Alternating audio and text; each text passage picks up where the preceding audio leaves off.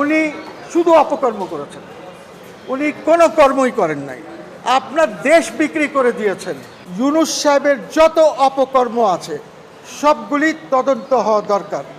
একটি কমিশন গঠন করা দরকার, under the commission of inquiry act গঠন করে ইউনূস সাহেবের যত অপকর্ম আছে সবগুলি তদন্ত হওয়া দরকার।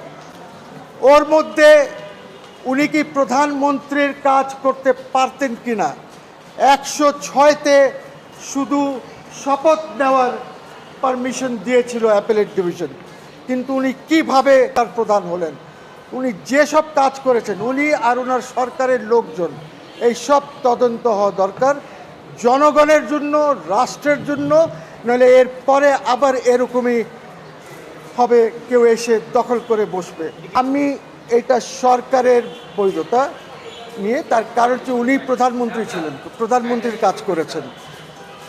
এই সব বিষয় এটার মধ্যে আছে। It's a big writ petition. এর মধ্যে আমার নোটিশ ছাড়া আর কিছু নাই। It's a big writ petition. এগুলি পড়বে, কিন্তু যেটা পার্লামেন্ট করে দিয়েছে এইটাকে তো আর এখানে আসবে না, বিকজ পার্লামেন্ট তো মিট করেছে, তারা কিছু কিছু বৈধ করেছে, কিছু এমেন্ড করেছে, এইগুলি না। ওনার টোটাল যেটা আছে ওনার কার্য পুরাটা, উনি শুধু অপকর্ম করেছেন, উনি কোনো কর্মই করেন নাই। আপনার দেশ বিক্রি করে দিয়েছেন। এখন নাকি শুনছি যে বিএনপি আর জামাতের সাথে আলোচনা করেই দেশ বিক্রি হয়েছে, আমেরিকার সাথে যে চুক্তি হয়েছে। এই চুক্তিটি টোটালি অবৈধ, এবং আমি এইখানে বলেছি এই রিট পিটিশনে এইটাও আসবে যে ভিয়েনা কনভেনশনে 21 ধারা যদি আমাকে জোর করে চুক্তিটা করানো হয় তাহলে ওই চুক্তিটি অবৈধ হবে। ট্রিটি হোক, অ্যাগ্রিমেন্ট হোক, যেটাই হোক, ওই সব কিছু এইটার মধ্যে আছে। একটি ইন্টেনশন ছিল যে এই সরকারটিকে বসিয়েছে আমেরিকা। ওরা অনেক আগের থেকেই, এর আগের যে সরকার ছিল ওনার আগে, এই সরকারকে ফেলার চেষ্টা করতেছিল, অনেক আগের থেকেই করতেছিল।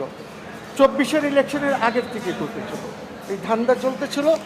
প্রবলেমটা হচ্ছে কি, যদি ইনভেস্টিগেট না করি তাহলে এই কনস্পিরেসি দেশের বিরুদ্ধে চলতেই থাকবে।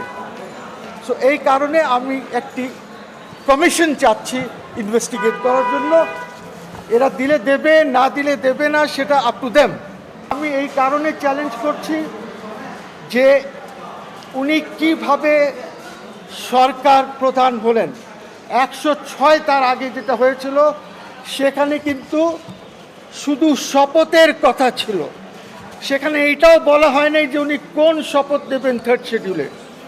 সো উনি কি সরকার প্রধান হওয়াটা বৈধ ছিল না অবৈধ ছিল, না উনি chief adviser to the president হবেন, এইসব নানান জিনিস এই রিট পিটিশনে আছে।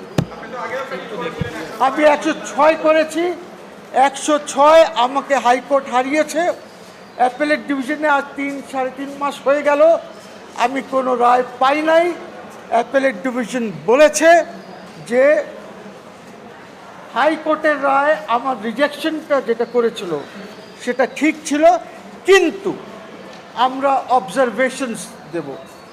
কি অবজারভেশন দেবে জানি না, এখনো পাই নাই রায়।